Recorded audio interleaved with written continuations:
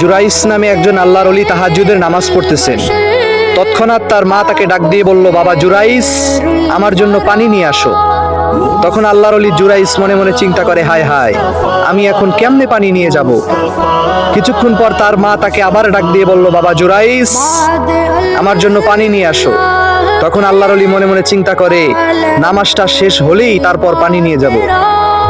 কিছুক্ষণ পর তার মা তাকে আবার ডাক দিয়ে বলল, বাবা জুরাইস, আমার জন্য তাড়াতাড়ি পানি নিয়ে আসো। কিন্তু তখন আর আল্লাহর ওলি জুরাইস ডাকে সাড়া দিল না। তখন তার মা ক্ষিপ্ত হয়ে গেল এবং আল্লাহর দরবারে দুহাত তুলে দোয়া করলো, মালিক, আমার সন্তান জুরাইসকে আপনি বেশ্যা নারীর ফিতনায় ফেলে মারবেন।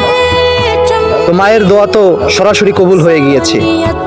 কিছুদিন পরে একজন খারাপ নারী আল্লাহর ওলির দরজায় হাজির। ওই মহিলা বলতেছে, দেখুন আমি কত সুন্দরী, চলুন আমরা দুজনে অপকর্মে লিপ্ত হই, কেউ দেখতে পাবে না। তখন আল্লাহর ওলি বলতেছে যে, না, আমি আমার আল্লাহকে ভয় পাই, তুমি এখান থেকে চলে যাও। তো আল্লাহর ওলি জুরাইসের কাছে পাত্তা না পেয়ে ওই খারাপ মহিলা চলে গেল। কিছু দূর যাওয়ার পরে দেখতেছে একজন রাখাল ক্লান্ত হয়ে শুয়ে রয়েছে। এখন ওই রাখালের কাছে গিয়ে বলতেছে, চলো আমরা দুজন অপকর্মে লিপ্ত হই, কেউ দেখতে পাবে না। তো রাখাল তো মনে মনে অনেক খুশি। তারা দুইজন ওইখানে অপকর্ম শুরু করে দিল। কিছুদিন পরে ওই খারাপ মহিলার পেটের মধ্যে বাচ্চা চলে আসলো এবং সমাজের সবাই তাকে বলতে লাগলো, ওহে বেয়াদব মহিলা, তোমার পেটের এই বাচ্চার বাবাকে? তখন ওই বেশ্যা মহিলা বলতেছে, আমার পেটের বাচ্চার বাবা হচ্ছে ওই যে পাহাড়ের উপরে থাকে আল্লাহর ওলি, ওই আল্লাহর ওলি জুরাইসের বাচ্চা।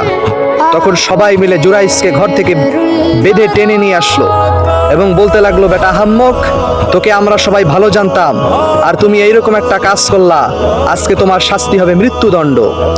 আল্লাহর ওলি জুরাইস বলতেছে, দাঁড়াও, মৃত্যুদণ্ড দেওয়ার আগে আমার একটা ইচ্ছা আছে, আমি 2 রাকাত নামাজ পড়তে চাই। আল্লাহর ওলি নামাজে দাঁড়িয়ে গেল।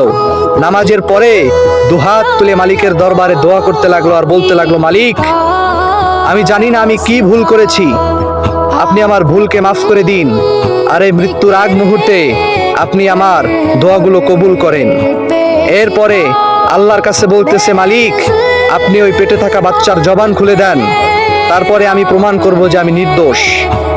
এরপরে দোয়া শেষে আল্লাহর ওলি জুরাইস ওই বাচ্চাকে উদ্দেশ্য করে বলতে লাগলো, ওহে পেটের বাচ্চা, তুমি স্বীকৃতি দাও যে তুমি কার সন্তান।